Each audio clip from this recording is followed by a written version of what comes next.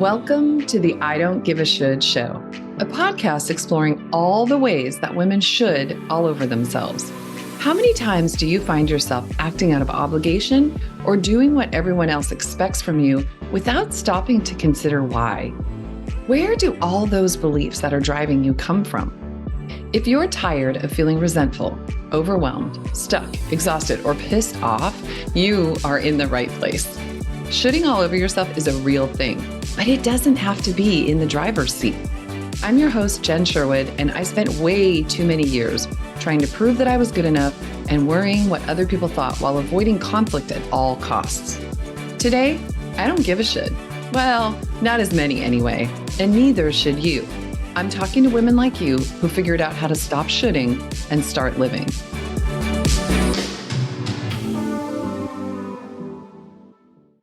So today, my guest is Jen Liddy. I'm so excited to have Jen here with us. After learning how to entrepreneur from the inside out, by trial and error, Jen Liddy decided to help women entrepreneurs avoid the pitfalls and frustrations that keep them from making money in their business. Her expertise as a business development coach helps women save time and energy and make more money with systems and clarity that reduce chaos and increase client flow without a one-size-fits-all strategy. I'm so happy she's here. I have to tell you, this is so fun. Jen is not only my friend, but she runs a group called the Content Creators Mastermind, which I've been in since the beginning. I love. It's had a huge impact on my business. And look, you guys, we're both named Jen. We figured out at some point we're born in the same year and we're both married to men named John. So it was inevitable that we would be friends. So please help me welcome Jen. I'm so happy you're here. Thanks for inviting me. I'm happy to be here. I love talking with you, Jen. I love talking with you too. And I know your experience is going to be so valuable to the women who are listening. So if you don't mind, let's just jump right in. Are you ready?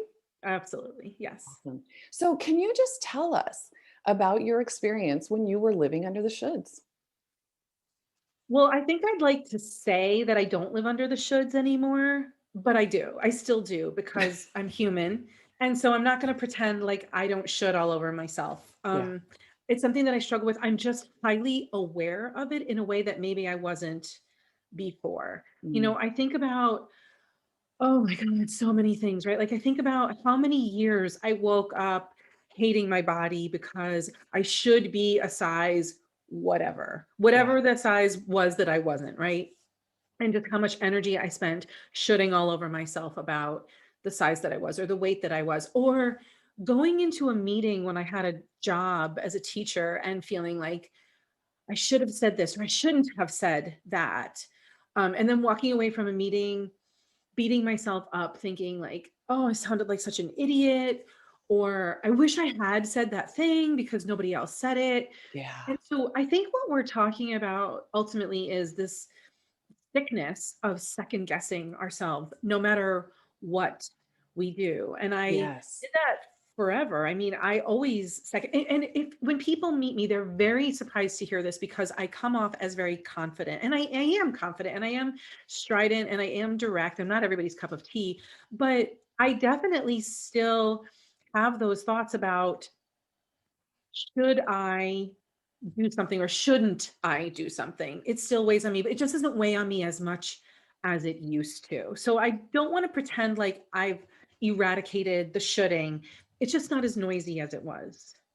Oh, Jen, I love that you just said this. I love this so much because I do think we have this expectation like, well, okay, done and done, fix that, I'm out of here. And you're right, that's just not true, but it is how it impacts you now. So the idea that the thought, should I or shouldn't I, would never occur to you again, that's just genius, right? I love that you said you are confident, but you still think about these things. But it sounds like to me, if I'm hearing you correctly, sure, it comes up, but you don't ruminate on it and you don't look at it afterwards every 10 minutes while you're trying to fall asleep about what I should have, could have, would have. Now it's just what's the decision, and probably most of the time move on from that. I'm sure it's normal, it's human to second guess yourself, just not staying stuck in that second guessing. Yeah, the ruminating, the perseverating, the beating yourself up, the invisible whipping, that's mostly gone. it's very freeing to have it mostly be gone. But I'll tell you some of the things that happen.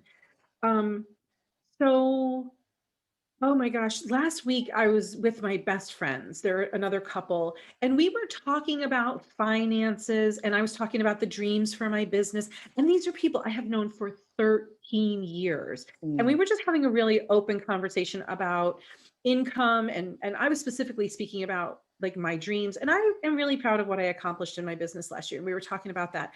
And don't I come home and the shame and the shoulds start to wash over me like, you yeah. shouldn't be talking like that. They're going to think you're such a jerk. They're going to think you're so arrogant. You made it all about yourself. You're just, the shoulding and the shaming. It washed over me. Yeah. And these are not strangers to me, right? So what happened? Well, I didn't stay in that space very long because I have strategies that help me move out of it. One of them is to remember, like, these are my best friends and we talk about this stuff all the time. They're not judging me. They're probably happy for me, if anything. So, like, Yeah. kind of putting things into perspective in reality. The second thing is when I feel shouldy or shamey, I will actually, instead of like telling myself a noisy story in my head, I'm much more likely to reach out to that person and say something like, I've really been thinking about what we talked about, and I'm worried that it came off like this.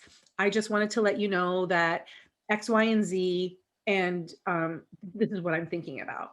So rather than having going on in my head, I just kind of bring it back to the source and say, hey, did I perceive this wrong? So I will be much more Oh my likely. gosh. Sorry, please. That's okay. When we were emphasizing that point, this is what you want to do. No, please go ahead. You were talking. You were It's talking about okay. going back to that person. Here Yes. we are, live Like, recording. how many times do we have this story that we tell about like some interaction or and we never clarify it. So I'm much Yeah. more likely to go clarify it. And I think doing those two things, like reminding myself that, what I'm talking to myself about is ridiculous. And then if it really can't stop it, then I circle back around to the source. And sometimes I do need to do a third thing, which is talk about it with somebody else who can kind of mirror for me and give me a different perspective of like, is that really true? And if it is true, so what? I have a Yes. very good friend who she and I do this for each other. The tool is called and then what, and then she'll Mm, say, so, you had this conversation about money and the money that you made last year and what you want to make in the next year, and they judged you for it, and then what happened, right? And so then it helps me just unpack it. I So love this. when the shoulds start to open up on me, which they do, Yeah. I just tend to use one of those tools. So this is so interesting because it just occurred to me. I love your tools, by the way. I don't want to gloss over that. But what you just said, that money piece is just another should. There's all this shame in our society. Oh, you shouldn't talk about money. You just shouldn't. And yet you're working your tail off to grow this business that you love, that you're proud of, that is making a difference. Hand up right here. It's making a difference for women who want to make a difference in their lives. So it's this domino effect of goodness out in the world. And yet there is this idea in our society, you don't talk about it. So when you're honestly celebrating what's good in your life with really trusted friends, it can still come up. And so I think it's great that you're sharing it because other Okay. people just might feel like, well, I just suck. That's why it comes up for me. But Jen Liddy's super successful, so it doesn't come up for her, right? You can see Right. how people would do that. It's Hmm. just crazy. But I love how you work through this and these tools you're talking about. I'm curious, Jen, how many times have you gone back to the person to clarify and they've said, oh, yeah, you sucked. That was awful for me. Like maybe there was, but I'm guessing. Actually, I Yeah. won't say my guess. I'll let you tell me. How often do they really think what you were thinking? No, most of I really can't even think of an example where the person was like, yeah, you really were a jerk. I really can't think of a time when the person did that. And there are definitely times where I have been a jerk, but no, that's never been the thing for me. No, it's always like you misread that, or you're being too hard on yourself, or you're just like, what I hear a lot from people is, oh, I never even gave it a second thought. That's exactly what I was thinking. How many times does somebody say, I don't even know what you're talking I about? didn't even remember that. Yeah. Yeah. And it's because we think about ourselves so much more than anybody thinks about us. It's very Amen. humbling. People are Yes. not thinking about us very much. And the For other thing better I or have for worse. found, yes, but the other thing I have found is, and this is kind of, I had to figure this out for myself. I used to be an incredibly judgy person of other Mhm. people. And judgy people always, well, they first start with judging themselves. Yes. But if you're a judgy person, first of all, it's a hard, sucky thing to admit. But if you're a judgy person, you're always looking at people and judging them and thinking about them. The very first thing you think is that other people must be doing it about you, but Mhm. they're mostly not. Like they're really not thinking about you that much. 'Cause we're so busy thinking about ourselves. Yeah. Yes. And what Well, other people think of us. and the other side of that coin is I love to say, you might as well just do what you want to do because people are going to judge you. We're human. We judge everything that's happening every single day. So, Yes. do you want to hide and be small and worry about what people are going to judge you for, or just do it and let them judge you anyway? Yeah. Yeah. Yeah. So, Jen, what would you say helped you get to this place where you were able to bring in these three tools? Before that, I imagine things were very different for you. What helped you get here? A couple of things. One is, I happen to be surrounded by people who should all over themselves to a more extreme than I did. I think, like, I have some people in my life who have definitely gotten lost in really caring what other people think. Like it's Mm, it's it's been so heavy for them. It's weighted them down, I guess. yeah. And so, a very important piece for me was looking at them and saying, I don't want that. I don't want that for myself. So so seeing it in other people and saying, and saying, I don't want to choose that. So what do I have to do differently Nice. was one thing, but that doesn't mean it's easy. Sure. Um, in fact, my best friend and I have very, very open conversations about this. She's a person who will admit, and she and I have done interviews about it, she's more of a people pleaser than I am. So I'm more of a silent people pleaser. She's more of an overt people pleaser. Oh, interesting. I never thought about the difference between those two. Yeah. And when, when she's in her pleasing mode, she says yes to everybody and everything. I'm much more likely in a like a reaction to being the opposite of that. Hmm. I'm much more likely to say no, right? So I really have much stronger boundaries. So now I want to back up a little bit. So, and obviously you don't have to say who these influences were, but are we talking that from a fairly young age you were able to see what you didn't want, and so you've never been sort of an overt people pleaser? This has sort of been the route that you took your whole life. My people pleasing shows it is, but my people pleasing shows up much more in the I have to be perfect thing rather Mm-hmm. than let me do for you and do for you and do for you. Like it shows more like, um oh, I have to strive to be perfect for myself. And then it's really less about meeting other people's expectations and much more about meeting my insane expectations of myself. Yes. So that's what Aren't I we think I mean always by a our worst? silent. Yes. Yeah. Okay. That makes sense to me. So for Okay. you, it's this inner striving so that I'm thinking about the days when you were a teacher. You probably never let a parent down. You probably went out of your way to make sure the principals and the higher ups in the district were always, your work was always stellar. So it was striving for them. But it was solely internally driven, and so you were making these, whereas your best friend, or I'm an overt people, actually I'm both, but that overt, in case somebody doesn't know what we're talking about, is that like I will say yes to everything, whatever you need me to do, because I really want you to like me and see me as perfect and valuable. Those are the two ways. Yes. Yeah.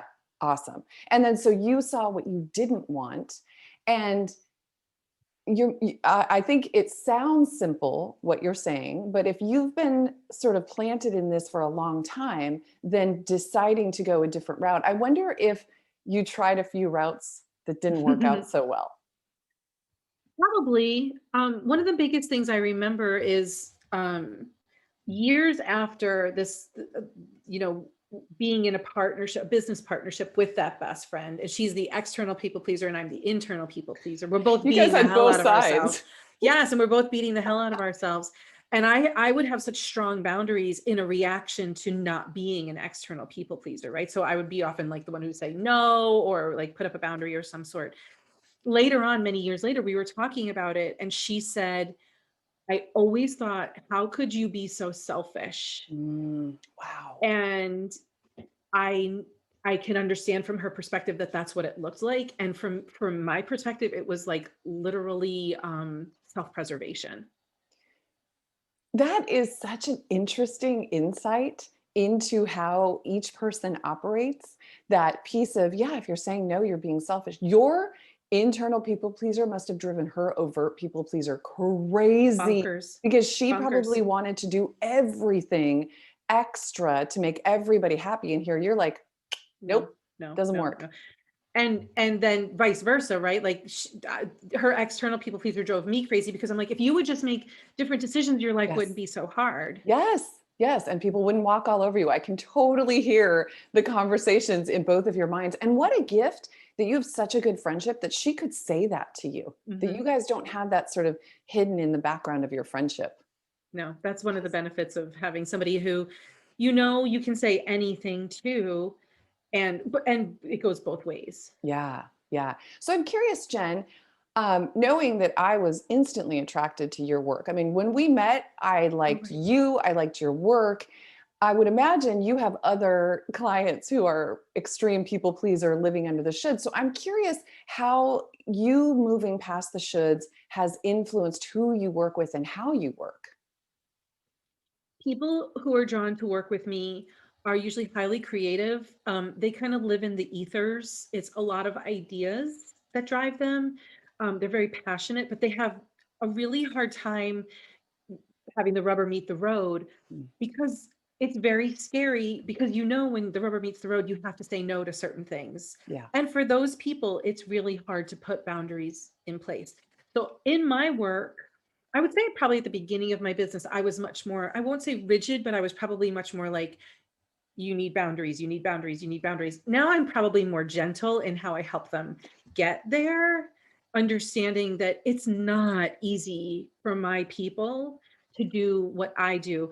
And often they'll find, like, if they ask something of me and I'll say yes, they'll say, really? Are you sure? Are you sure? And it's like I have to model for them. If I didn't want to say yes, I wouldn't say yes. They, Yeah. they, they learn that I have strong boundaries. You are good at that. You are Hmm. really good at modeling that for your people. I have seen it in action. I have appreciated it. And what Jen describes is exactly who I am. And so, so we have a good connection. We're good yin and yang the way you and your friend are, right? Yeah. Do you have, because presumably we don't just have entrepreneurial women watching this right now. So do you Right. have a piece of advice for someone who is struggling with this right now? You gave your three strategies, which is great. So it could be, just, hey, use Mm. those. But anything else you might want to throw out there for women who really struggle with, and actually, let me be clear about what it is they struggle with. It's not doing what they think they should be doing, but really thinking about what they want or what they need and considering themselves instead of just responding to what's expected. I think that's the hardest question, because sometimes when I'm working with a new client, I'll say, well, what do you want? And they often have no idea because Yeah. they just have not factored themselves into the equation in years. Yeah. And the first thing I would say is, if this is all resonating with you and you feel depleted all the time, and if somebody asks you, like, what do you want for dinner, and you can't even ever come up with an answer, or the answer is always, I don't care, what do you want? Yeah. Um, then the very first thing is to please be gentle with yourself, and just like that awareness piece. I always say awareness is the first piece, because you can't make any changes until you see all the ways in which you give yourself over so easily, which you're bending over backwards to maybe where the point you're like breaking, right? So that would be the very first thing, is to be gentle with yourself during the awareness process. Yeah. And the awareness process can take a really long time, like a Yeah. frustratingly long time. Yes.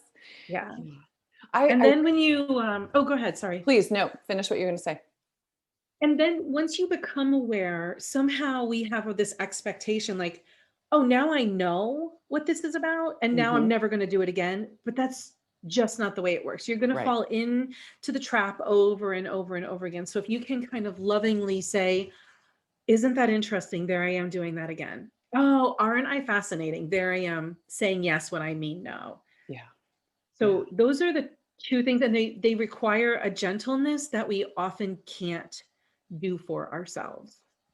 I would totally agree. And I find myself saying this pretty much anytime I teach or work with a client that, like, what we're working on, so that awareness piece, that's not fodder for you to beat yourself up. Because there's just no point in becoming aware of how you operate if what you're going to do with that is then turn it around and Mhm. beat yourself up with it. You might as Mhm. well just live with it in the background if because you're going to beat yourself up anyway. Yes. But yeah, that Yes. gentleness, and I like how you phrase that expression of, "Oh, how fascinating am I? Look at this."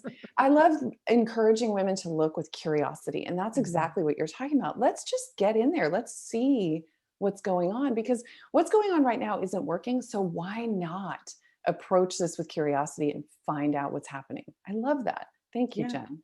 You're Hey, so welcome. is there anything else that I forgot to ask or that you'd like to share before we wrap up? Oh, well, one more thing, I mean, it's not pretty. The journey is not pretty or easy. Mhm. And, when you have your best friend tell you, I thought you were selfish, like those Yeah. things are hard to hear. Or even when you see it yourself and you're like, whoa, gross. I hate Yeah. this part of myself. Yes. Um, it requires, a strength, but I know that every single woman has that strength because you are already doing hard, crappy, Mm. difficult, challenging things every day. And so if you're already doing hard things, you might as well do something hard that actually moves you toward what you want. Yes. Yes. I love this. Okay. You're already doing hard, crappy things. Why not do the hard, crappy thing that's going to get you towards what you want? And it's not crappy the whole time, right? I love that you're Right. saying this. Like, Right. it's not roses. You're not going to work on yourself and it's going to be, skipping along. It takes effort. It takes awareness. But why not Mhm. do the hard lifting, the hard work to get you where you want to go? Brilliant, Jen. Brilliant. Thank you so much. You're so And welcome. this has just been fascinating. And you're giving me different ways of thinking about this too, which is what I love about doing these interviews. So I Mhm. appreciate it. Mhm. You're How welcome. can people get in touch with you, stay connected to you? Where should we direct them so they can get some Jen Liddy in their life? It's very easy. I'm on the socials at Jen Liddy Coach. I'm on Facebook and Instagram. Oh, I'm probably on LinkedIn too, but I'm never there. Just so don't I'm go on there. Pinterest. I'm on TikTok. I'm not on TikTok. I'm on Oh, I would love it if YouTube. you were on TikTok. No, I don't have it. And then I have a website, jenliddy.com. JenLiddy.com, Jen Liddy Coach on all the socials, correct? Yes. You Hmm. guys go find her. She's fantastic. I think you can tell from here. My good friend Jen Liddy, thank you so, so Thank much for you, being Jen. here. So This nice is to chat so with you. fun. And it was great to really get your perspective and share that. So thank Thanks. you. You're welcome. Bye. All right, gang. Until next time, thanks for joining us. Hey, friend, if you recognize yourself in these stories and you don't want to give a should anymore, you have to join my coaching community, the GC.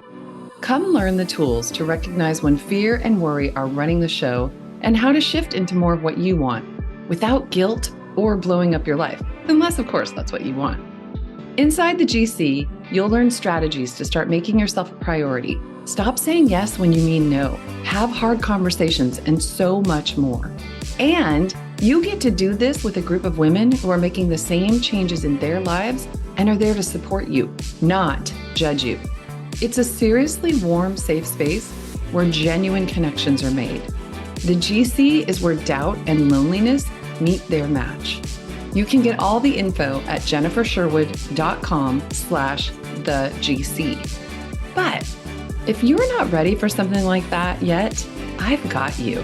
Head over to my website, jennifersherwood.com, and hit the Relief Right Now button. I'll send 3 ridiculously simple steps to go from overwhelm to ease.